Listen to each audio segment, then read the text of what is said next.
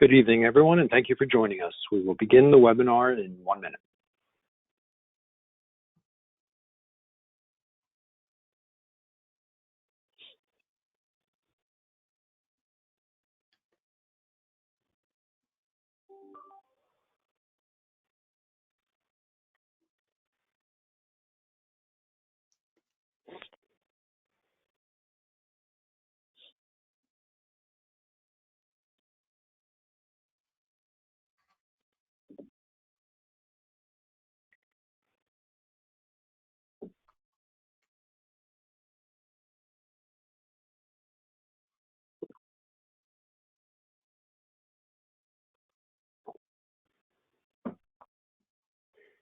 Good evening, everyone. I'm Ryan Keene, Vice President of Lending at Ardent, and thank you for joining us for tonight's workshop on container gardening, grow big in small spaces.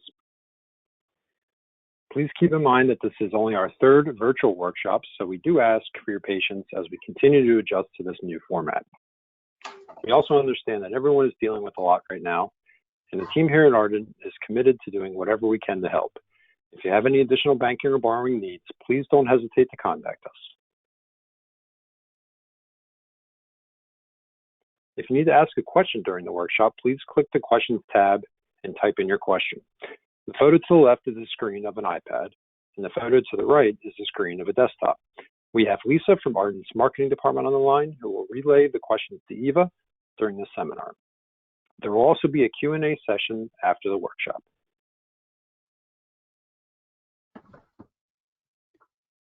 Eva Monheim is a horticulture and environmental consultant and educator with vast experience in the green professions. She is a certified arborist through the International Society of Arboriculture, certified tree steward, and master floral designer. In addition, Eva is a former assistant professional of horticulture at Temple University, where she taught a range of courses for graduate and undergraduate students. She currently teaches at Longwood Gardens in the Professional Gardener Program and Continuing Education Department.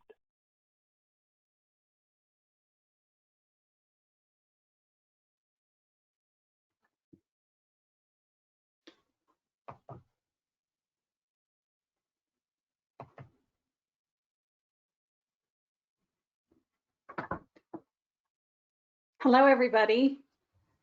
Thank you very much for Ardent having me here today. And I appreciate Lisa and Aletta and Ryan for the warm welcome to this presentation.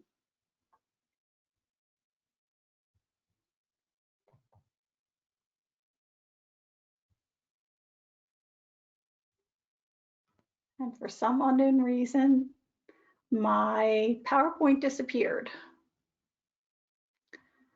Let me see, that's show screen, it disappeared. Okay, hang in there. I have to pull it back up again.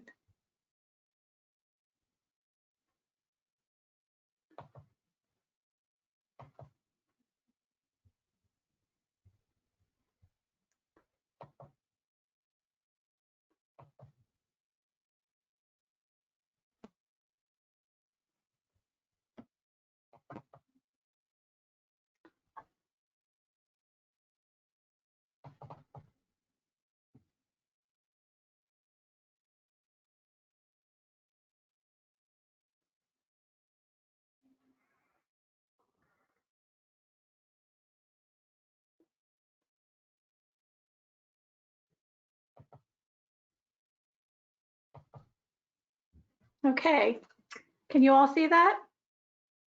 Hopefully everybody can. Yes, Eva, we can see it. Okay, great.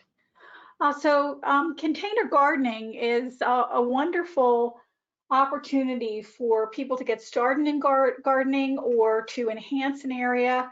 And the idea of grow big in small spaces. If you're a city dweller or you're a country dweller, you also might want to ask yourself where to begin with container gardening. And I like to start at the very beginning. You know, where's the container going to go? Where is it going to be positioned? How are we going to utilize it? This will dictate the type of container and the enjoyment factor. Other aspects, the type of lighting where the container is going to be positioned, the reflective heat off of any paved surfaces or buildings or glass, and the location of a water source. The last one's very important. Most people don't really think about that until the container's in position, and then they realize that they have to drag the water there somehow. So think about that too. Soil-based or soilless mediums, there's a lot to choose from. I like to look at the packages and read what they have in them. There's one that has a moisture mix, which has a corn gluten in it that actually helps to retain water if you're growing plants that have a high water need. That would not be good for cactus, for example. You want to pick something that is a little bit more gritty and drains easy. So there's a lot of different types of mixes out there. Some are high in peat, some have a lot of organic material like compost and so on. I wanted to show you these piles of mushroom compost because mushroom compost is an excellent product also. You can get that bagged. And if you're making a lot of containers, you can actually get it by the truckload. And that's a really super organic material. So first I wanted to look at decorative containers. These are typically placed at main entrances and high traffic areas with high visibility. And you really want to spend more where you'll see it most. You can spend less in areas where there's not going to be as many visitors or visuals. And at Longwood Gardens, they have an amazing container collection. And this one here happens to be on the Grand Walk. As you're coming in and you make a right-hand turn, they have a large area there that goes down a long ways, and it is just lined with these containers, and you see that here. And they are very, it's a very formal entry, and on either side everything matches. So when you have symmetry, that's also very formal. When you have asymmetry, it's less formal. And what I mean by that is, you know, balance on both sides, or typically out of balance or slightly off balance. Here's some really amazing containers with these gorgeous palms outside the conservatory. And you notice that they have chairs placed there, inviting people to sit down and to look at the plants. They're spending a lot for the containers and the plants. Those palms are worth a fortune. So, you know, sit under a palm. You don't have to go to Florida or the tropics. You can just sit outside and enjoy the scenery. And here are some of them up close, so you can see how detailed they are. Also color, pops of color is really important too. Here is that same palm appearance, not the exact same palm, but the idea of having repetition within the garden is important too, because when you see it here and then you see it in front of the conservatory, it actually carries the theme through for that particular year. And that might be something you might want to consider when you are creating your containers for your garden, that there might be one plant that you happen to like or favor more, and that might be the plant that you carry through as a theme for your garden. Here is another year where they're using agaves for the planters in the central feature. This is outside the restaurant, and you can see the containers here have a different feel altogether. They're more floriferous. They have lots of bloom and color, and it's a nice warm greeting for the people that are going inside the restaurant. It does scream spring. This is at the Getty out in Los Angeles, and I have a wonderful opportunity to go there quite frequently. And the containers there on their patio between the museum entrances are just exquisite. This was at the beginning of the season. You can see the plants are a little bit smaller. but they have the beautiful Japanese creeper on the wall behind, and it actually is picked up in the plants right in here. You can see that, and then the pink in here in one of these sedums. So they're bringing in the color and pulling in the color. Also, the containers match the beautiful stone that makes up the museum, brought in from Italy. And here again, in a different location within the garden, a different grouping of plants, same containers. So having containers that look the same throughout a garden can actually pull everything together. If you have really different spots within the garden and you want to make everything feel more united, this is a good way to do it. They could be large pots and small pots, but they're all the same color and all the same shape. And here's another patio at the Getty, and you can see how these are using some taller containers and some shorter containers. The shorter containers are slightly darker because they're picking up the darker colors in the stone. Very subtle. Outside of Longwood Gardens, these containers look a little bit big for what's inside them, but those bananas will get to be a good 20 to 25 feet tall. And so the container looks a little bit oversized right now, but later on the banana will fill in beautifully and it'll look more proportioned. So that's something else you want to think about, proportioning of your plants and how they're going to look in the containers. And of course, having hibiscus in there that are blooming, they're just beautiful. This is at the New York Botanic Garden, and you could see in the center section on this patio, there are 3 large pots. They almost look like bread popping out of a container, or rounded tufts, and those are shrubs, creating a more formal feel in a setting that is supposed to be, you know, a place where people can sit. You feel relaxed, but yet still on guard. So you can create those feelings. Having containers that are reminiscent of the past, you can see that this container has a simple boxwood in it, very classy. The container is from antiquity, so kind of get an idea that that's a really important container. If any of you have been to Chanticleer, you can actually see here that Chanticleer has this container positioned without anything in it, but everything else planted around it, because this becomes a focus for the entryway.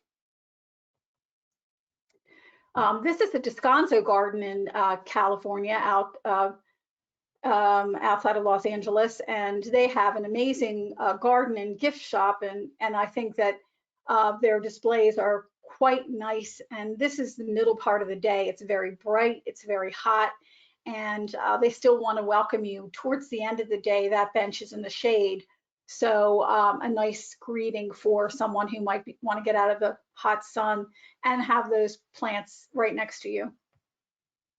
And again, at Descanso, this beautiful container filled with sedums and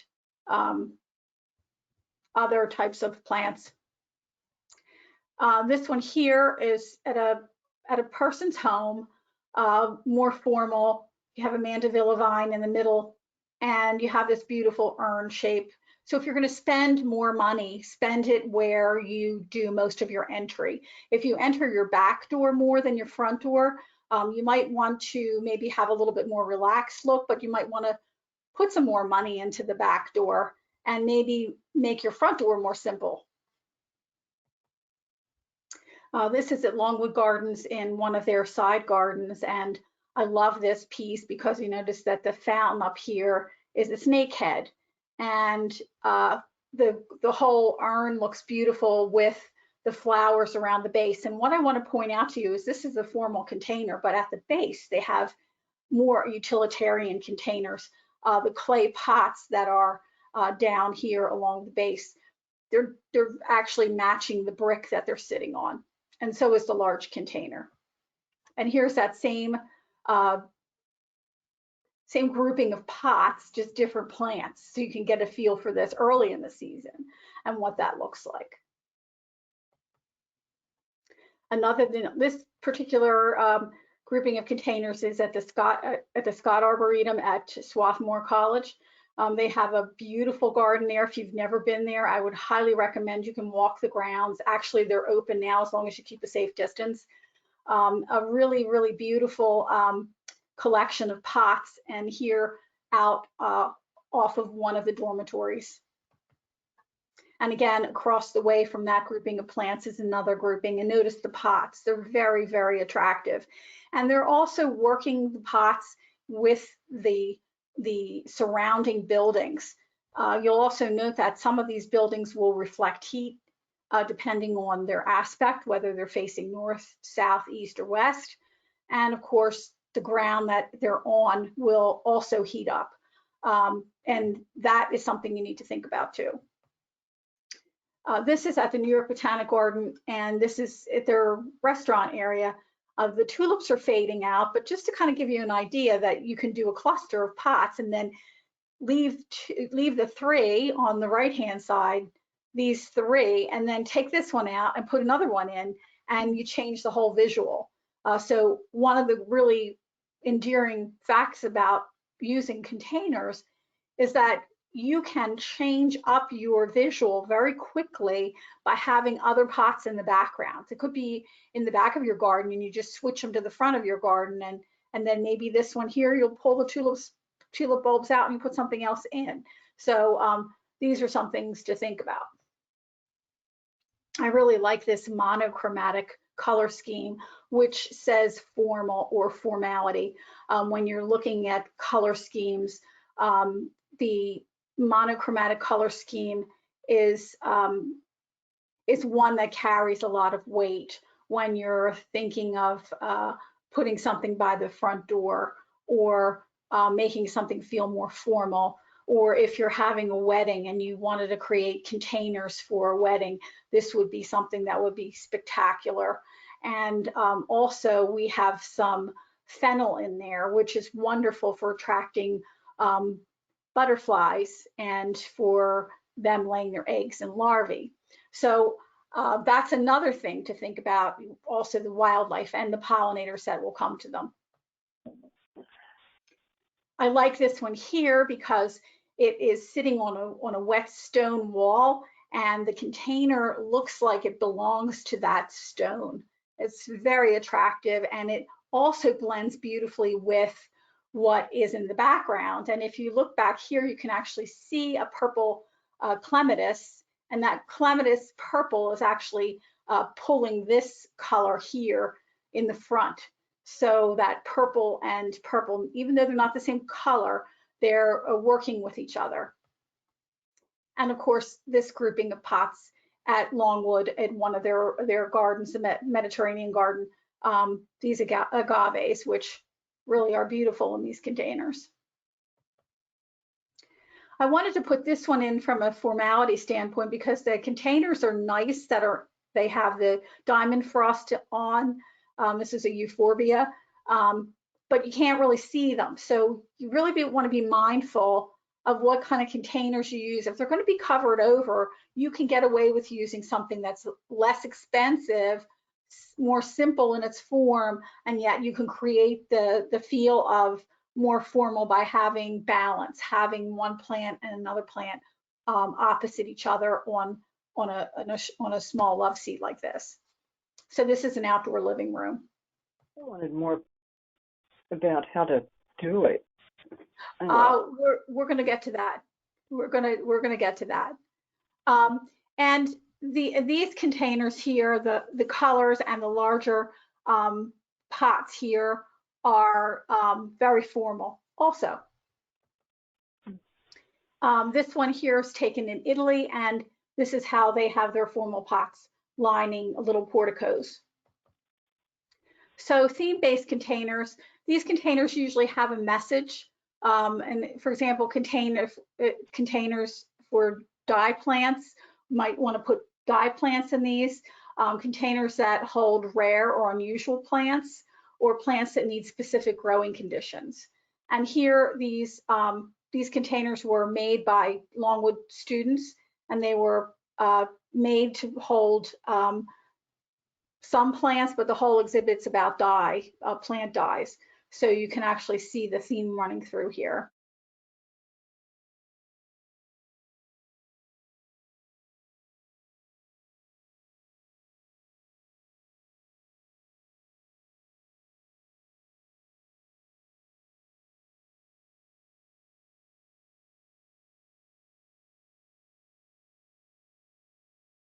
I was muted for a minute.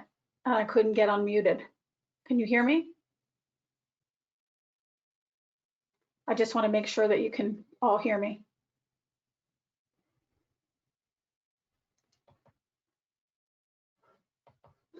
We Okay, can hear you, Eva. Keep going. You're good. thank you. And here's some containers that are filled with some really big, colorful, bold plants. And this is at the Chanticleer, where you can see the Bergmansia and the beautiful phlox and so on. Makes a nice grouping with a lot of different pots. And here again, another grouping of pots. So this particular one is a barrel that's been cut and the plants have been tucked into it. And then there's also a grouping of plants on the top.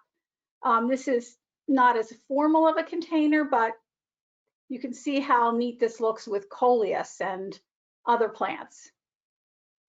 And now they use the theme of a half barrel rather than a full barrel. And this is the sitting area for that area. So you can kind of get an idea of how you can use that same kind of container throughout the garden. Utilitarian containers. These containers are tough and durable and provide a stable base for the plants growing in them. They can be clay or a good upscale plastic or cast stone or even cloth and paper. And those who are interested in making vegetable gardens, the cloth bags are amazing, and I'm going to show you those in a little bit. You can even use paper containers, the compressed paper that people can use if you're going to be using the plant for one season and then you're going to get rid of it. So here are really utilitarian. Clay pots are typically utilitarian in our industry. And of course, plastic's even more utilitarian. But here they have a cluster of a collection of pots that are holding different types of plants that have different types of growing conditions. So if you're trying to grow a cactus next to maybe a succulent or a plant that needs more water, you can actually water them at different times and different rates. So that's something to think about when you're managing and controlling and taking care of your plants. In this case, utilitarian plants containers, but the one in the front here is actually a bog garden. And what they do is they put a liner in it, a plastic liner. They fill it up with acidic soil or some type of peat, and then they put their bog plants in there, and then they water it in with rainwater. Bog plants don't like our chlorinated water from our hoses. They like to be watered with rainwater. So that particular container will need different care than some of the other ones behind it. Now this one here has a paper container in it. Right back here, if you can see the edge of this, it's actually compressed paper. And they'll be grown in those containers until they're either set out and put into the garden. If anybody's ever been to Longwood, they use these containers a lot when they dig them into the ground in the greenhouse and conservatory. And then they still can take in moisture from around them and also exude moisture out of them. And then when they change the exhibit, all this gets composted. This is the cloth bag. This is what they call the big bad bed. And you'll see bed wetters in there that are actually soaker hoses for gardens.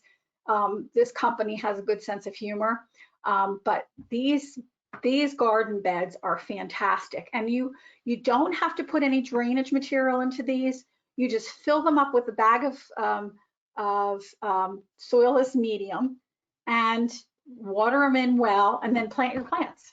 That's as simple as that. So these containers are fabulous. They're a little costly. However, I have had some of mine that from the manufacturer, because I get samples to try. I've had some of mine for 6 years now, and they don't even show anywhere. They're made out of fabric and plastic bags, recycled plastic bags. So you can feel good about using something that's been recycled. And in your garden, it feels more cloth than it does plastic, and it doesn't look like plastic. And it absorbs moisture too, and it releases moisture. So these containers are fabulous. And here's another set, look. What I like about these is that you can plant, just like I told you, take a bag and you just put the soil in, fill it all the way up into about 1 inch from the top of the container. You don't want to have any shallower than that, because the container will shadow your plants that you've planted. You want to make sure that they're filled up and watered in real well, and then you plant them up. But you can take these, because they have handles on them, you can take them and sit them into one of your containers that is the same size, and you can exchange another one. You put these liners in, and then when they're starting to look tired, you pull that liner out and put another liner in, and voila, you're done.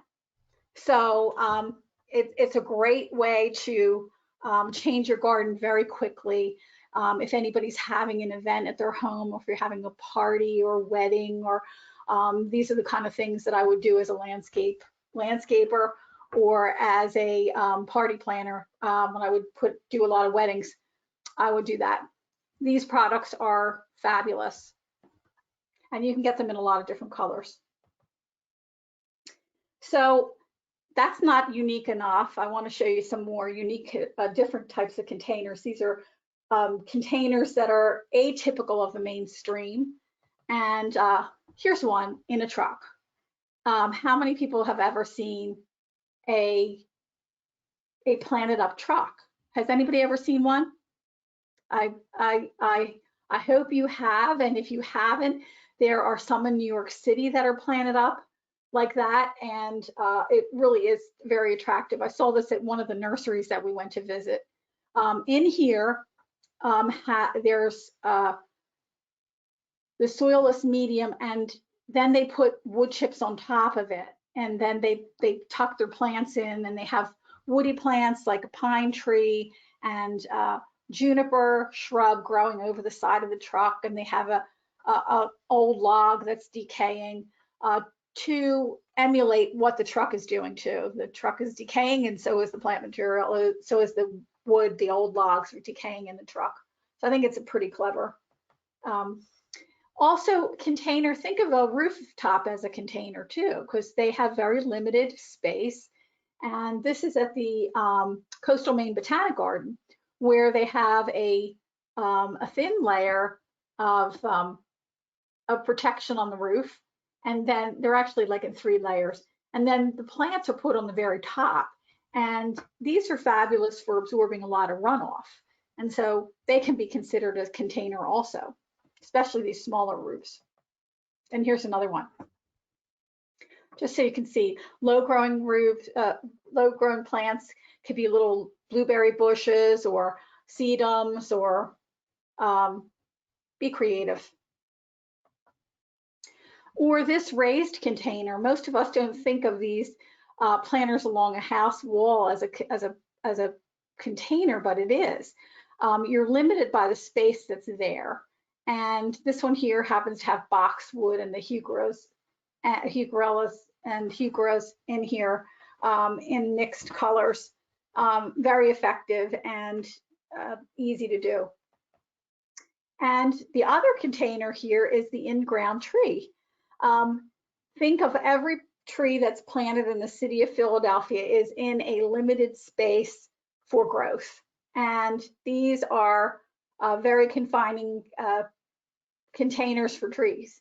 So depending on whether you have soil available underneath the sidewalk or whether you don't, depending on whether they have a man-made soil underneath. Sometimes these walkways here are constructed so there's a lot of rock underneath or chipped stone.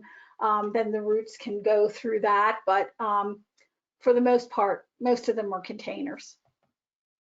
Here's another container at the Ambler Arboretum. You can see that these tropicals are planted right into that container. And here's a bird bath that's planted. When the bird bath can't be used anymore, this is how it's utilized, with sedum and some chipped stone on top. Very attractive. Or this this metal container that has this beautiful yucca in it. And this was here, I think this was out in Texas, I think. Just beautiful appearance between the stripes on the yucca and the metal is quite attractive. Or this footed bowl in Oklahoma in someone's backyard. To get a better look, get closer, it has an array of plants in it, but is just as creative as can be. And these plants are put into a mix that, in a case like this, you can actually use a more diverse mix, a more general mix, because the bigger plants will absorb more, and the plants that need less won't need to absorb as much. So there's a give and take from the plants themselves that will allow these plants to survive. Or these crazy looking containers outside of the Indianapolis Zoo. They look space age. Or this one here, constructed from several containers. And this one here, which has the juncus in it, you can see it looks like little twigs coming out. Or old pipes. These are the old clay pipes that they used to use, or I don't know whether they still use them underneath our streets, but these are great containers. And again, somebody would say, well, do you fill the whole thing up with soil? I recommend you fill up the whole thing with soil, because not only will it make it more stable, but the water will drain through evenly.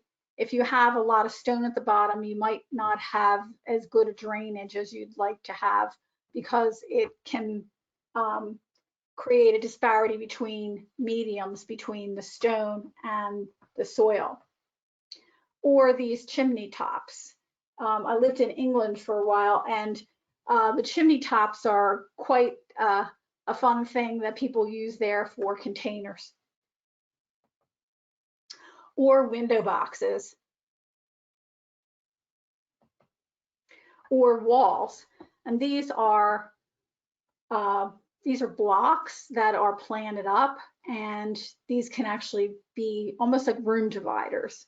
If you want to divide your patio from the rest of your garden, you can do that. If you want to make a privacy screen very quickly between you and your neighbor, these are great. This is up at the Coastal Maine Botanic Garden, and they had an amazing display of different ways to create these, and they're actually created in cubes. Let me just go back there for a minute and show you something. These blocks, you can see this, it's a cage, and inside the cage you can put sphagnum moss, or sphagnum moss and then soil and then sphagnum moss, and then you plant your plants in it and then hang them up on this or block. They fit into a block. You start at the bottom and work your way up. I also didn't want to forget containers for the handicapped and others who have mobility challenges. And as people age, you want to be able to age and age gracefully and still be able to garden. And I think that's really important. These are containers that are reachable. They're easy to access with a wheelchair, containers that can be planted while standing, which makes it really nice, because not everybody can bend over or their knees hurt or something like that. And here's one that's a wall pocket. It's just it's a cloth, like that cloth bag that I was showing you earlier. And they're just planted up. You just take the soil out of the bags that I showed you earlier. You fill up the containers, and then you pop the plants right in. It's as easy as can be. And you make sure that you find the aspect or the right direction to hang this in, so that if it's a shady spot, you want to pick shady plants that can take shade. If it's a real sunny spot, pick plants that need full sun. And this gets watered from the top. You start watering it from the top with the hose and then work your way down. And you could see that here. It's hooked onto the wall. Here's another one that I saw at, I think this was with Smith College up in Massachusetts. And I saw this and I said, wow, this could be inside or outside if the plants are hardy for outside. This happened to be inside, and it had a skylight over top. So these sedums were amazing as a container on the wall. Here's another one that you can do while you're standing. Your soil gets filled into the tops and into the sides, and you just pop your plants in. And once they're all in, then you water it thoroughly. That's what's great about the new soils, the soilless mediums. They absorb moisture very easily, and they are evenly moist. They don't have pockets of moisture and then pockets of dry. They've worked very hard for us to have a soilless medium that is consistent throughout the container. And that's very important also for good growth. I like these. These were first originally created for senior centers. And I was like amazed at this. And when this is at Primex Garden Center, when they got them in for the first time, they could not keep them in stock. They were flying off the, actually literally flying out of the nursery, and they would assemble them, and then they would also deliver them to a community center so that the seniors had someplace to garden, and or if they wanted them at their senior center, they could have them there too. So this is something that we really want to think about. But you don't have to be a senior to have one of these, because this is a great container for on top of a patio or a deck where it's a wooden deck, and this is wooden and it looks very attractive, and you have a beautiful trellis behind it, and it gives you some privacy and at the same time gives you color. But you could also put a vegetable garden in here too. Again, very simple. Put the soil in, soilless media, and then pop your plants in. It's so easy. Here's another one. Plant it up with fennel. Container and plant collections. And this is something that I am really excited about, because these containers provide a multi-purpose use, especially where you're using you have a small garden and you have a concrete pad. I know my daughter has a home in South Philly, and well, there's no soil anywhere in the back. It's just concrete. And I've actually helped her create a garden with containers. And these containers have different types of plants, and the plants respond to one another really nicely. And it looks like a garden, but they're containers. They can be groups of plants with similar needs, like watering, and they can be plants that need special microclimates. And when I say microclimate, that means that if you have a plant up against the wall, it's going to respond differently than a plant that's planted in the middle of a lawn. It's getting warmth and it's getting protection from air movement when it's against the wall. So that would create a microclimate. And microclimates can actually help, like, for example, if you planted a fig tree in a container and you have a hardy fig tree in a container like Chicago, and you plant it up in a container and you plant it close to your house, it still gets plenty of light, but it's protected. And that way it assures the plant's survival much greater than if it was planted out in the open. They can also be plants that bloom in succession, which would mean that you'd have plants blooming either every week, every other week, or every month, and so on. So, Eva, we have several questions. Can I just break in with a couple of them? Absolutely, go ahead. Okay, great. There was a question about whether terracotta or plastic is better as far as a pot. That's a really great question. I'm glad you asked that. It depends on the plant itself. If it's a plant like a coleus that likes a lot of moisture, because my coleus, I'm watering them constantly and they're on my windowsills at home. And, you know, because the house is dry in the wintertime, they're constantly drinking.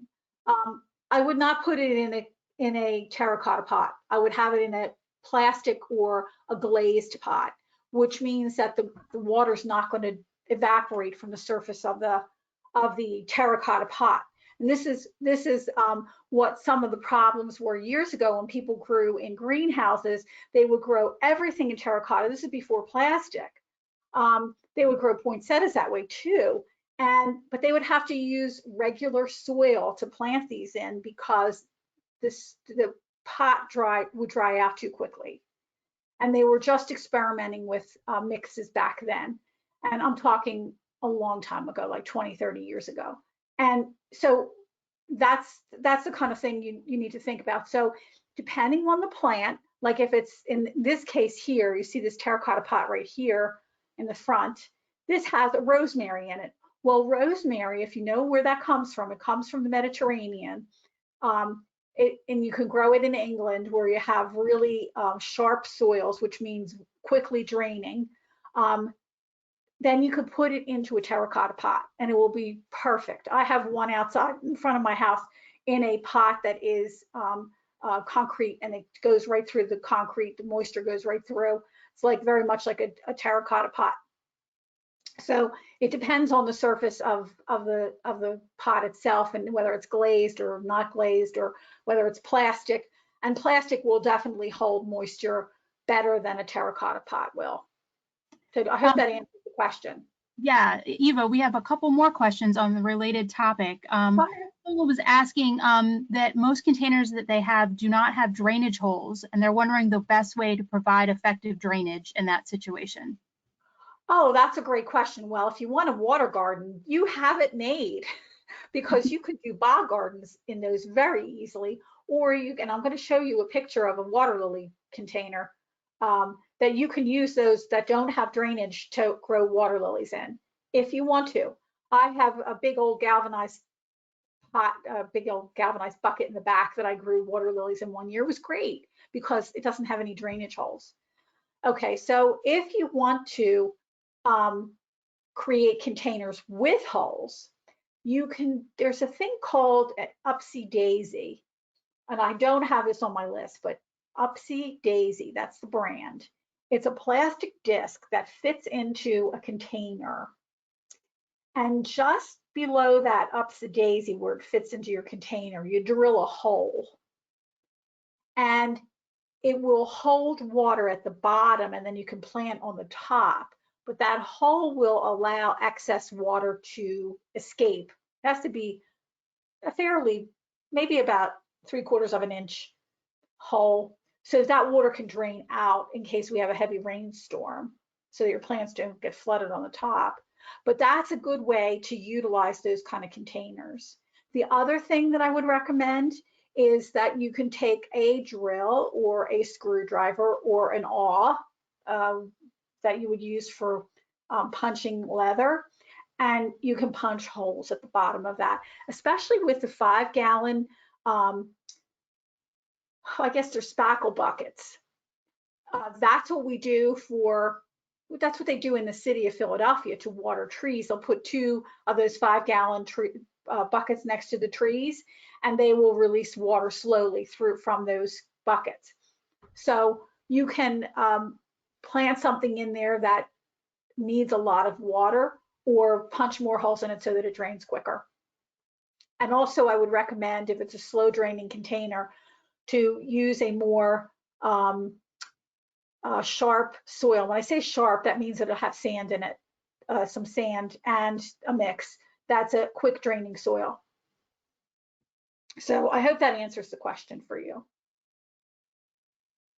Related to that with outside containers, someone's asking about succulents, and what would you recommend with that if you have them outside?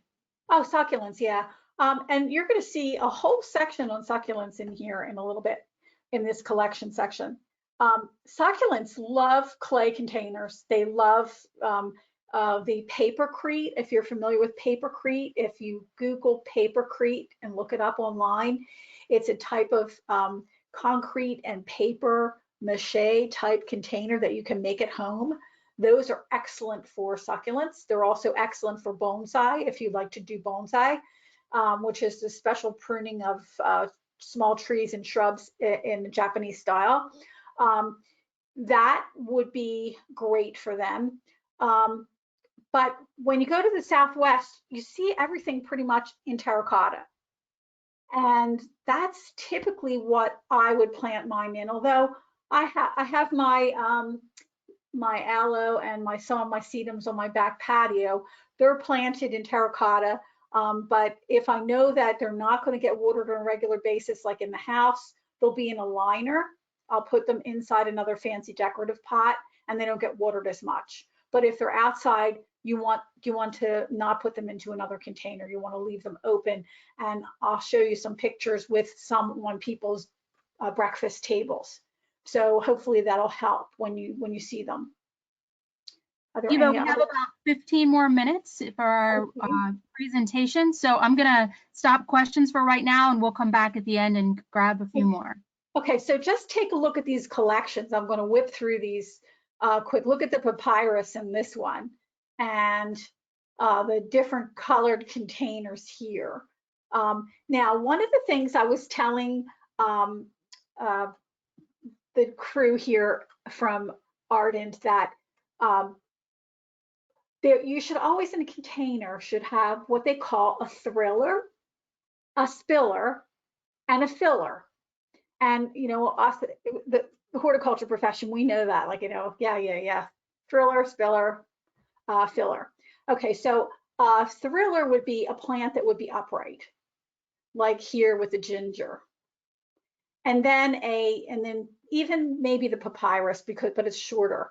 And then you have what they call a filler, which might be the coleus, because coleus kind of fill out, or it might be a hibiscus or something like that will fill the space in between. And then you have what they call a spiller, which trails down the pot. Having those three types of plant growth in a container will make your container so successful when people see them, because they will be very rich looking and have a lot of diversity in them. And so in this case, they have creeping Jenny down the side, and it looks very attractive. Here's another plant collection. Somebody loves hostas, and she has them all on her back doorstep, which I thought were very clever. She does not have a big yard. We went for a garden tour, and I thought, this is very clever. Good job. Or this one here in Morris County, New Jersey, at Frillinghausen, one of the sites that they manage in Morris County. They have these beautiful gardens and containers, but the big container, the showiest one, doesn't have anything in it because it's the focal point, and everything else around it are the containers filled with plants. And here's another grouping of some of these are, there's just a whole host of different plants in there. Or this one here with the fountain in the middle, and then simple geraniums and Japanese bloodgrass and so on. Or this grouping of plants and here we're getting to some of our succulents. See how this one succulent down here is planted up. Succulents are very popular because they need less care in the summertime, especially in the heat. And here's some more with succulents and agaves. And again, terracotta pots. And here's the one I was telling you on the table. These are all in terracotta pots, and this is their centerpiece. They have their aloe in the middle and all their sedums around the outside. Beautiful. It's attractive. When you're not eating at the table, it looks beautiful all the time. So hopefully that answers the person's question that was asking about sedums. Or containers where you have some plants that are up. And again, if you plant pots that have individual types of plants in them, you can situate them so that you do have a thriller, you do have a spiller, and you do have a filler. So here they have fillers, and then they have spillers, and then they have a thriller. I like this arrangement, and the only thing that really pulls everything together here is the yellow twigs that pulls those 3 pots together to make it look like one pot or one orchestration.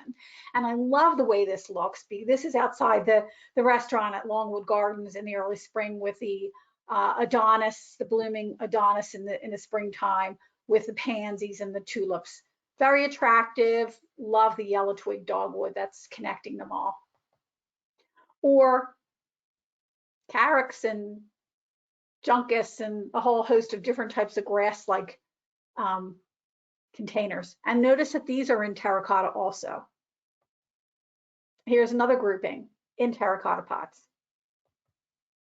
Or these. Now, remember that large pots drain quickly because it's you know, you think about physics. If you have a very tall pot, the pressure is greater and everything will move down very quickly. If you have a flat, wide pot, the pressure isn't as great, so it'll take longer to drain. So consider that when you're planning your containers too. Here's a grouping of cactus, succulents, yucca.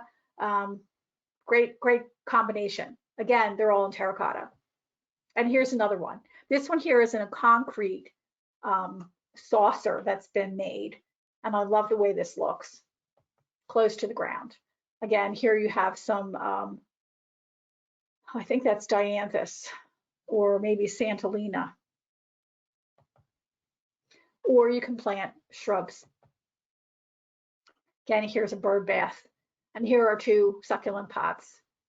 I love this. Has anybody been to South Philly to see this restaurant? What they've done, the whole thing is done in containers. Look at that. I don't care what the containers look like because the plants are going to overtake them. But they have it, they create a really interesting effect.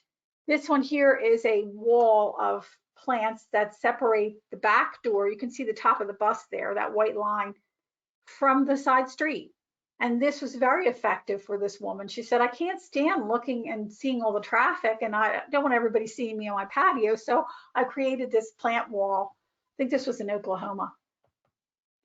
Or this little collection of caladiums and some sculpture. I love this entrance to a back garden. A collection of heucheras. And here's another little succulent, another little bog garden. You can see the little sundews and sarracina and so on. And here's another one with the equisetum and the sarracina.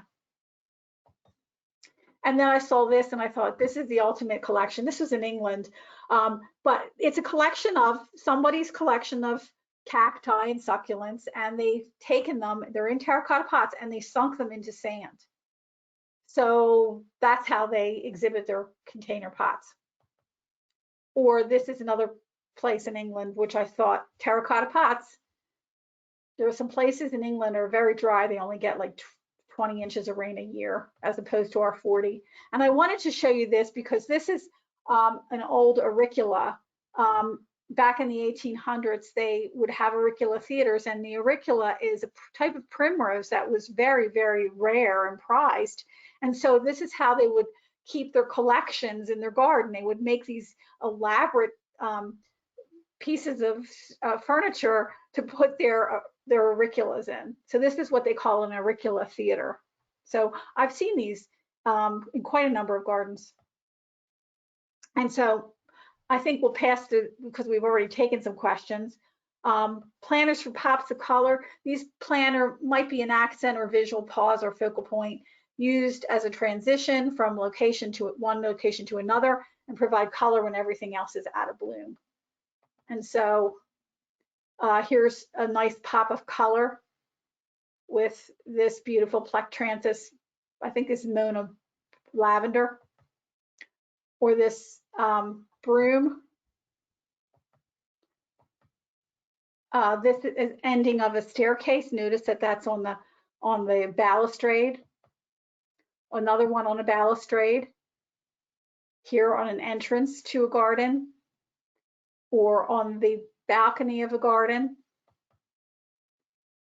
And again, exit off the garden to an entry door.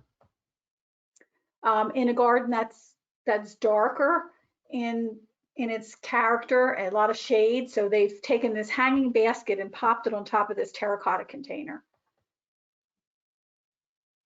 Eva, we do have some more questions, though. I think that we definitely want to have a chance to hit them. Do you mind doing a couple more questions? No, I'm just going to whiz through these while you're asking them.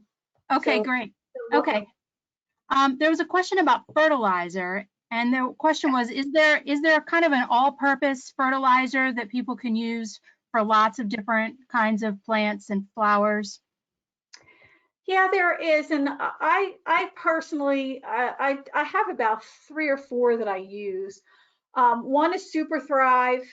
I use that one, mix it in with water when I'm watering in my watering buckets. And there's also Osmocote, which you can put on the surface, which is granular, put on the surface, and they'll be fed every time you water until the granules disappear. Usually they last for about a year in a container. I like this one here, the bright orange, South Philly. You can use, there's a lot of fish emulsions.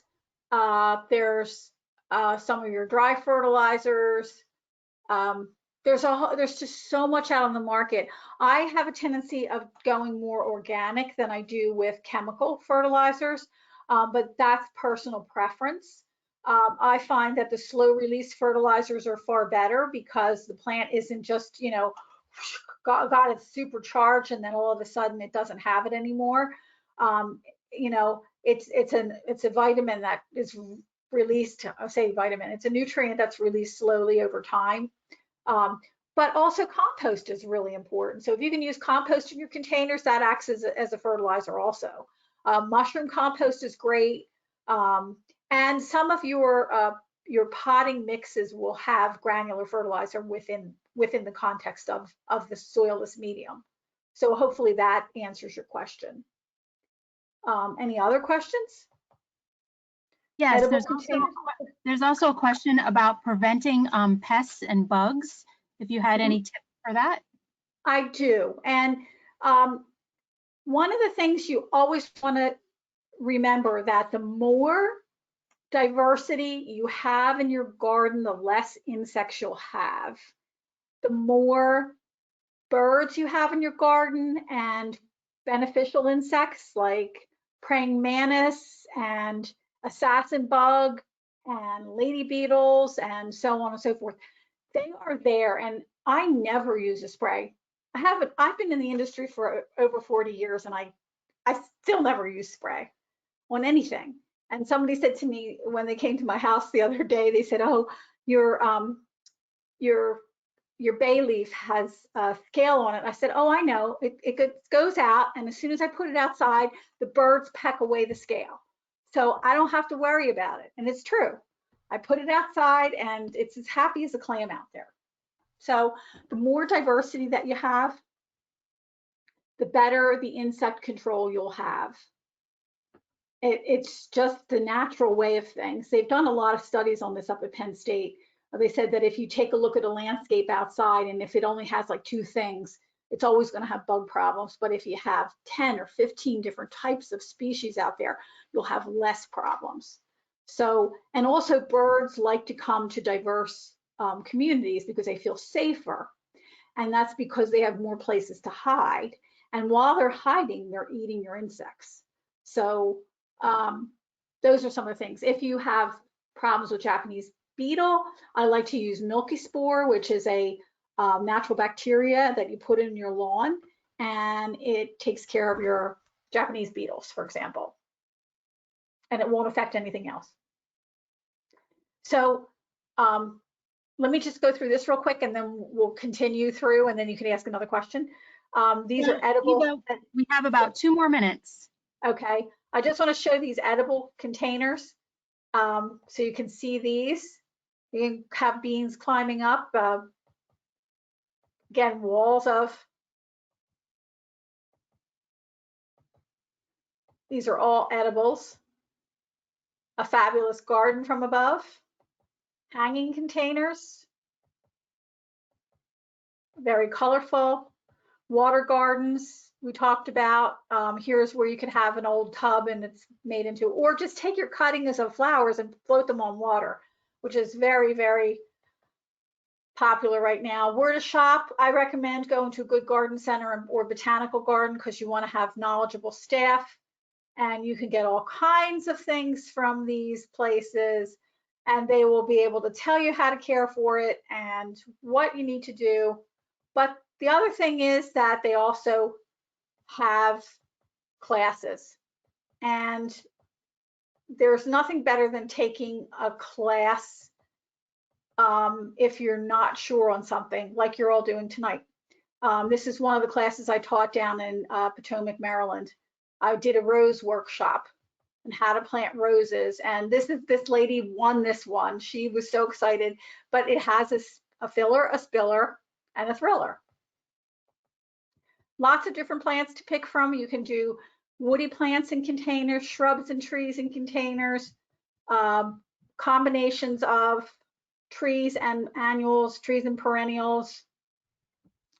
If you live in Florida, large gardenias, little miniature gardens, gardens of all kinds. And there's just tons of plants that the horticulture industry works on to make the best performers, and the All-American selections are some of the best performers is from seed if you're looking for vegetables and other things, and heirlooms, heirloom plants that have been around for eons, hundreds of years, and this is the end. These are heirloom begonias at the Wisley shop in England, and wow, I saw those and I said I have to have a photo of that because those are the biggest containers you could possibly have. They're in a large container. So I can take more questions. I think I don't know if we have any more time for questions, but I believe you have your contact information that folks could reach out to you. I do, and I wanted to, you all have access to the sheets that I put together for you. So, and my contact information is on the bottom there. I also put I had my friend from Virginia give us her recipes on how to do bulb containers. There's handouts for this, and also how to take care of the containers. There's just so much information out there, and I could go on for the next 10 hours talking about this because I love the topic. But contact me. I'm so thrilled I could do this. I appreciate it. And thank you so much, Eva. We really appreciate it. On behalf of Ardent, we want to give Eva a great thanks for providing some great information on container gardens tonight. And we'd like to thank everyone for attending. There'll be a short survey sent out in the next few minutes, and we'd love to hear your feedback to help us improve for future workshops. In addition to that, anyone who completes the survey will also get the handouts that Eva mentioned. And we should also mention that next week we're hosting a virtual workshop titled Nutrition for Active Kids, and we're hoping you can join us. Thank you so much for joining us this evening. Have a good night.